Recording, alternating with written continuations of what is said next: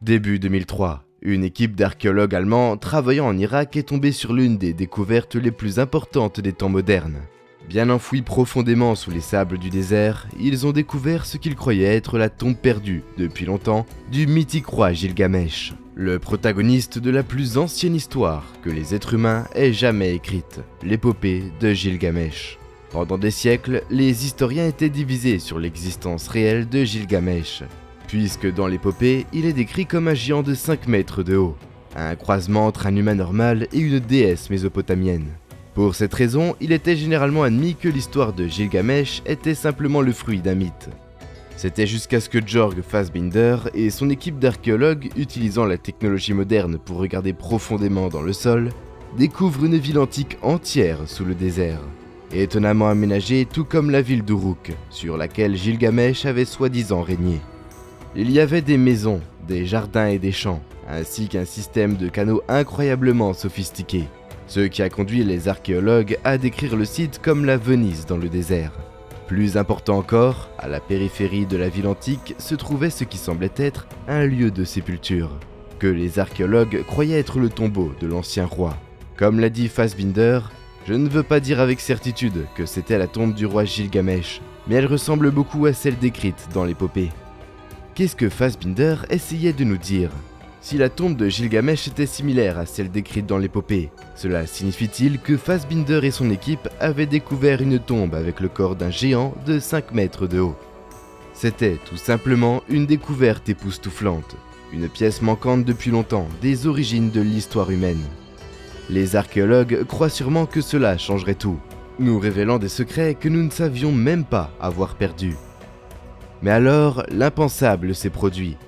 Quelques semaines seulement après la découverte de la tombe de Gilgamesh, les États-Unis ont envahi l'Irak, forçant Fassbinder et son équipe à abandonner leur travail et à fuir le pays. Et le mystère n'a pas été résolu. Où était-ce? En 1849, un historien et archéologue anglais du nom d'Austen Henry Layard a fait une découverte qui a changé l'histoire dans les ruines de la bibliothèque du roi assyrien Ashurbanipal, du 7e siècle avant notre ère, dans le nord de l'Irak, considérée comme l'une des plus anciennes bibliothèques de l'histoire humaine. Là, il a découvert une ancienne tablette d'argile, vieille de plusieurs milliers d'années, recouverte d'une curieuse écriture qu'il ne pouvait pas lire. Qui avait écrit ce scénario? Se demanda Layard. Et que disait-il? Aussi incroyable que soit la découverte, ce n'était que le début. Au début des années 1850, plus de 15 000 fragments de tablettes similaires couvertes de la même écriture mystérieuse ont été trouvés sur le site. Ces tablettes ont été renvoyées au British Museum, où pendant des décennies, des chercheurs ont essayé de les déchiffrer, en utilisant d'autres tablettes anciennes écrites dans des langues qu'ils pouvaient comprendre, pour travailler à rebours et tenter une traduction. La percée a finalement eu lieu dans les années 1870, grâce à un homme du nom de George Smith.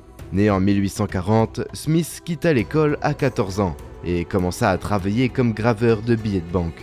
Bien qu'il n'ait pas reçu d'instruction, il s'était pris des reportages provenant d'Irak sur d'étranges artefacts indéchiffrables, plus anciens que tout ce qui avait été découvert.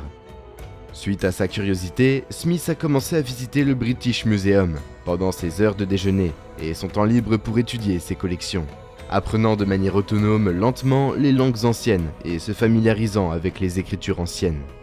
En 1866, le personnel du musée a finalement remarqué l'étrange jeune homme qui traînait dans leurs archives. Alors, ils lui ont proposé un emploi. S'il voulait être traducteur, lui dirent-ils, il pourrait commencer par les 15 000 fragments trouvés par Austen Henry Layard.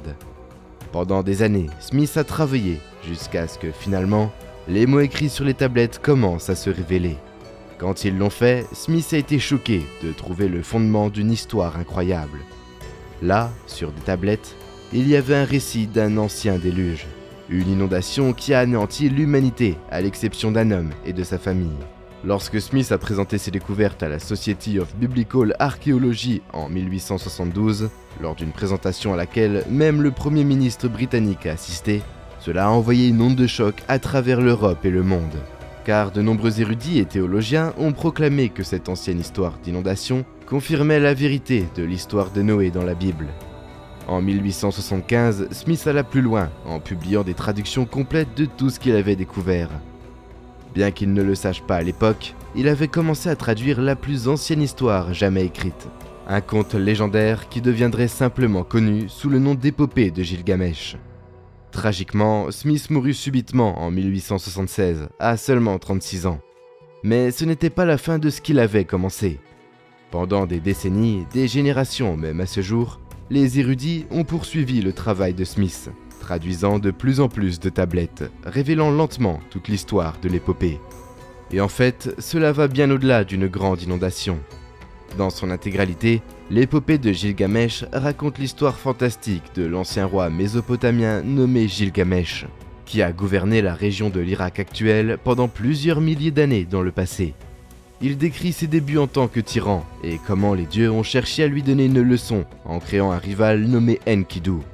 Après que les deux hommes se soient battus jusqu'à une impasse, ils deviennent de grands amis et se lancent dans une série d'aventures décrites en détail dans l'épopée. Quand Enkidu mourut, un Gilgamesh désemparé passa le reste de sa vie à chercher les secrets de la vie éternelle. Une série d'aventures supplémentaires à nouveau racontées par l'épopée. Il s'agit d'un travail écrit incroyable qui, selon les érudits, a grandement influencé le genre littéraire épique à travers l'histoire, y compris des œuvres célèbres comme l'Iliade et l'Odyssée d'Homère. Mais ce qui a vraiment attiré les gens vers l'histoire à l'époque moderne, comme sa traduction a été lentement révélée, c'est sa description de Gilgamesh lui-même, les caractéristiques étonnantes du grand roi. On disait qu'il était l'enfant d'un homme humain et d'une déesse, ce qui en faisait un tiers humain et deux tiers divin. En tant que tel, il avait une stature physique massive, mesurant 5 mètres de haut, et était doté d'une force et d'une endurance surhumaine, ainsi que d'une intelligence inhabituelle. En fait, l'histoire décrit Gilgamesh comme inégalé en toute chose, mais c'était plus que ça.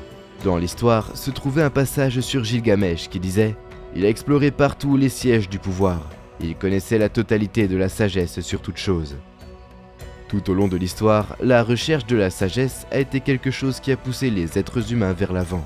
Selon l'épopée, Gilgamesh avait atteint la fin du labyrinthe, obtenant les connaissances les plus poussées sur tout et n'importe quoi. Prises ensemble, ce sont ces caractéristiques de Gilgamesh qui ont rendu la découverte de sa tombe en 2003 si potentiellement bouleversante. Simplement, si les archéologues pouvaient découvrir sa tombe et regarder à l'intérieur, imaginez quel secret caché ils pourraient trouver. Gilgamesh était-il vraiment un géant, sa tombe abritant un squelette de 5 mètres de haut? De plus, si la tombe de Gilgamesh était ouverte, quels enregistrements de sa totalité de sagesse sur toute chose pourraient être enterrés avec lui? Quelles connaissances obtenues alors qu'il cherchait les secrets de la vie éternelle? Bien sûr, c'est exactement le type de secret pour lesquels les gens du monde entier feraient à peu près n'importe quoi pour mettre la main dessus. Au cours des 20 dernières années, les universitaires, les historiens et les gens ordinaires ont tous débattu de la même question. Pourquoi les États-Unis envahissent l'Irak? Le pays n'a pas été impliqué dans les attentats du 11 septembre. Et la ligne officielle du gouvernement à l'époque, selon laquelle l'Irak et son chef Saddam Hussein cachaient des armes de destruction massive, s'est depuis révélé être un mensonge pur et simple. Certains ont suggéré que les États-Unis voulaient simplement contrôler le pétrole irakien, tandis que d'autres pensent même que le président américain George W. Bush voulait simplement terminer ce que son père, le président George H.W. Bush, avait commencé au début des années 90 lors de la première guerre avec l'Irak. Est-il possible qu'il y ait une autre raison cependant? N'était-ce peut-être pas une coïncidence si l'invasion a été lancée presque immédiatement après la découverte de la tombe de Gilgamesh et de tous ses secrets potentiels? Considérez que lorsque l'armée américaine a envahi le pays, elle a immédiatement installé un campement autour du site de Gilgamesh. Ce faisant, ils ont expulsé des scientifiques et envoyé des membres des médias locaux qui avaient été envoyés pour couvrir les découvertes, y compris des personnalités importantes d'ABC News et de la BBC. Des gros titres de l'actualité mondiale, l'histoire a instantanément disparu. Sauf qu'au fil des semaines et des mois, d'étranges récits ont commencé à émerger de la région. Des témoins affirmant avoir vu des militaires américains creuser dans le sol et retirer des matériaux du site. Si l'armée américaine a vraiment ouvert la tombe de Gilgamesh et en a retiré des objets, y compris le cadavre du grand roi, alors la question est de savoir quels secrets leur ont été révélés et qu'est-il arrivé à ceux qu'ils ont retirés. Alors que l'armée américaine prenait le contrôle de l'Irak, la tombe de Gilgamesh était loin d'être le seul site où des choses mystérieuses et inexplicables se produisaient. Dans la capitale irakienne, Bagdad, se dressait le légendaire musée national d'Irak, l'une des maisons les plus importantes de l'histoire humaine sur Terre. Un dépôt rempli de manuscrits anciens, de statues et de pièces de monnaie, ou d'artefacts remontant à toute l'histoire de la race humaine. Étonnamment, et bien qu'une délégation de scientifiques et d'historiens ait été avertie avant le lancement de l'invasion, que le musée était le site le plus important du pays. Lorsque l'armée américaine a capturé Bagdad, ils ont laissé le musée sans surveillance pendant des jours. Pendant ce temps, des hordes de citoyens ont fait irruption dans l'établissement et se sont enfuis avec des dizaines de milliers d'artefacts inestimables. L'étonnante négligence de l'armée américaine dans la protection du musée a été condamnée avec force par la communauté internationale. Le président du Conseil international des monuments affirmait qu'il ne s'agissait de rien de moins qu'un crime contre l'humanité. Et au moins une source médiatique majeure déclarant que le pillage était comparable à l'explosion de Stonehenge. Et pourtant, au fil des jours, l'histoire n'a fait qu'empirer. De nombreux témoins ont rapporté qu'avant même que des pillards ne pénètrent dans le musée, des unités militaires américaines spéciales étaient entrées et avaient emporté des voûtes entières remplies d'artefacts, les chargeant dans des camions lourds et disparaissant. Cela pourrait-il être vrai? Et si oui, qu'est-ce qu'ils supprimaient? Et où l'emportaient-ils? Enfin, le gouvernement américain, répondant aux cris de la communauté internationale, a décidé d'envoyer une équipe pour enquêter sur le site composé de spécialistes de la CIA, du FBI et des services d'immigration et des douanes américaines. Le groupe serait dirigé par le colonel Michael Bogdanos, un commandant de marine et avocat qui était également diplômé de l'université de Columbia en études classiques. Lorsque l'équipe est arrivée, ils ont trouvé la majeure partie de l'installation gravement endommagée. Comme Bogdanos l'écrira plus tard, ce n'était pas beau à voir. Il avait été utilisé comme position de combat. Des uniformes de l'armée irakienne étaient dispersés tout autour, tout comme des RPG épuisés. Dans une cour couvaient les restes de centaines de cartes du parti basse et des dossiers. De toutes les positions à prendre en défense, pourquoi, se demandait Bogdanos, l'armée irakienne avait-elle choisi un site aussi sacré, sachant sûrement que leur combat était vain. Il y avait autre chose cependant, quelque chose qui a stupéfié et dérangé Bogdanos et son équipe. Alors qu'ils voyageaient profondément dans les entrailles souterraines dissimulées du musée, ils ont découvert que quelqu'un d'autre y était arrivé en premier. Et bien que certaines choses manquaient clairement, les boîtes vides et les faux artefacts que le musée stockait aux côtés d'œuvres inestimables afin de se débarrasser des voleurs avaient été laissés intacts. Pour Bogdanos, ce que cela signifiait était évident. Il était immédiatement clair que ces voleurs savaient ce qu'ils cherchaient et où chercher. Ils avaient été, selon ses mots, organisés et sélectifs. Curieusement, les voleurs semblaient avoir laissé derrière eux les objets les plus précieux, dont la plus belle collection de sceaux cylindriques du monde, et des dizaines de milliers d'anciennes pièces d'or et d'argent. Si ce sont des pillards qui ont fait irruption dans les entrailles souterraines du musée, alors pourquoi n'ont-ils pas pillé les objets les plus précieux? S'ils savaient ce qu'ils cherchaient, eh bien, que cherchaient-ils? Certains ont une réponse. Au cours des années 1920, des rumeurs bizarres ont commencé à émerger d'Irak, se propageant de gouvernement en gouvernement, à travers les couloirs du pouvoir à travers le monde, à propos de la découverte d'un élément insondable de technologie ancienne avancée dans le pays. On disait que c'était appelé une porte des étoiles, une sorte de portail qui permettait à ses utilisateurs de se téléporter d'un endroit éloigné à un autre. Cela peut sembler incroyable, mais en fait, l'Irak n'était pas étranger à ce type de rumeurs. Dans les textes anciens du sumérien, les premiers habitants de la région racontent des histoires sur leur interaction avec des dieux appelés les Anunnaki, et comment ces dieux ont accordé une sagesse et une technologie avancée aux Sumériens, fondant ainsi la race humaine telle que nous la connaissons aujourd'hui. Certains pensent que ces Anunnaki n'étaient pas du tout des dieux, mais d'anciens visiteurs extraterrestres qui sont venus sur Terre plusieurs milliers d'années dans un passé lointain. Le point cependant est que si l'Irak a vraiment été visité par un groupe de visiteurs extraterrestres appelés les Anunnaki dans un passé lointain, alors l'idée qu'ils aient pu laisser derrière eux des vestiges de leur technologie extraterrestre avancée semble moins impossible. En effet, l'idée que l'Irak pourrait posséder une ancienne porte des étoiles était considérée comme tout à fait possible par les gouvernements du monde entier dans les années 1920, ce qui a conduit la plupart des grandes puissances à envoyer des représentants dans le pays afin de rechercher la technologie perdue.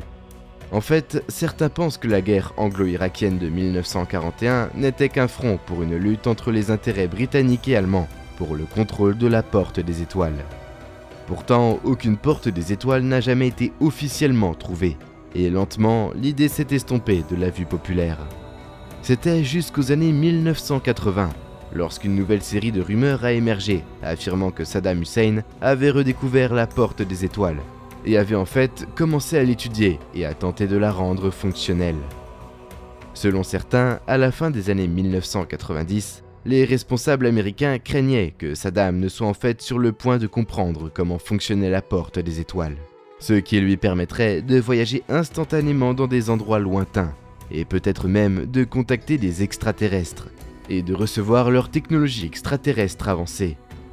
Un érudit sérieux qui croyait cela était le docteur Michael Salla, un historien australien et professeur à l'université américaine de Washington DC, qui a en fait écrit un article académique peu de temps après l'invasion de l'Irak. Il a déclaré que le contrôle de la porte des étoiles irakienne était la raison de la guerre. Cela pourrait-il vraiment être possible? Une ancienne porte des étoiles aurait-elle vraiment pu être la raison pour laquelle la guerre en Irak a commencé? Peut-être que ça va encore plus loin que cela. Plus d'une décennie avant le début de la guerre en Irak, l'armée américaine a combattu avec Saddam Hussein pendant la guerre du Golfe de 1991.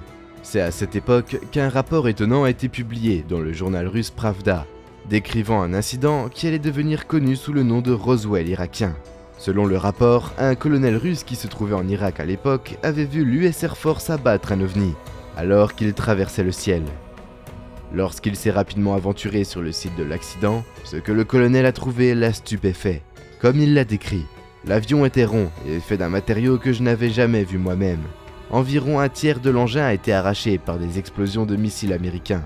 Les Saoudiens ne nous ont laissé toucher à rien, mais nous avons réussi à voir l'appareil, des mécanismes et d'autres choses qui nous ont absolument déconcertés. C'était un engin relativement petit, d'environ 4,5 mètres de diamètre. Il y avait 3 chaises, probablement pour les membres d'équipage, mais elles étaient si petites qu'elles étaient destinées à des enfants. Selon toute apparence, les extraterrestres de l'espace ne mesuraient qu'environ 1 mètre de haut. Cependant, il semble incroyable qu'il n'y ait pas eu de cadavre sur le site de l'accident. De plus, rien qui puisse ressembler à un moteur qui n'a été trouvé. Plus tard, des opérateurs de stations radar saoudiennes m'ont dit qu'aucune éjection ou chute de certains objets hors de l'engin n'avait été enregistrée. Des hélicoptères de recherche ont inspecté le désert, mais les pilotes n'ont trouvé aucun membre d'équipage survivant à proximité du site de l'accident. Si l'histoire du colonel était vraie, alors une question évidente se pose. Où étaient passés les pilotes de l'engin? De plus, où était son moteur? Est-il possible que ces objets aient été récupérés par les Irakiens avant que des représentants russes, saoudiens ou américains n'arrivent sur le site? Et si oui, qu'en avaient-ils fait? Ce n'est qu'en fin 2002 qu'un appelant à une émission de radio américaine prétendant être un initié militaire a fourni une réponse. L'Irak avait en effet récupéré des choses sur les sites de l'accident et tentait de désosser la technologie extraterrestre. Selon l'appelant, le gouvernement américain croyait que les scientifiques de Saddam venaient près d'une percée et qu'ils devaient être arrêtés avant qu'ils ne l'aient atteint. Quelques mois plus tard, les États-Unis ont envahi l'Irak. Est-il possible que ce soit la véritable raison de la guerre en Irak? La technologie de rétro-ingénierie pourrait-elle être ce que l'armée américaine a retiré du musée national d'Irak, avant que les pillards n'y soient introduits? Peut-être que les armes de destruction massive étaient en fait un mot de code pour la technologie extraterrestre, et le gouvernement américain ne mentait pas sur ses intentions après tout. Que cela soit vrai ou non, le fait demeure. Que les secrets de Gilgamesh sur la totalité de toute sagesse, une porte des étoiles ou une technologie extraterrestre rétro-conçue, il peut y avoir plus dans l'invasion américaine de l'Irak qu'il n'y paraît. Faites-nous savoir ce que vous en pensez dans les commentaires ci-dessous. Dites-nous également quels autres mystères vous souhaitez que nous couvrions dans notre prochaine vidéo, car nous sommes toujours ouverts à vos suggestions. Merci d'aimer cette vidéo si elle vous a plu, et de vous abonner à notre chaîne en appuyant également sur le bouton de notification pour ne rater aucune de nos prochaines vidéos.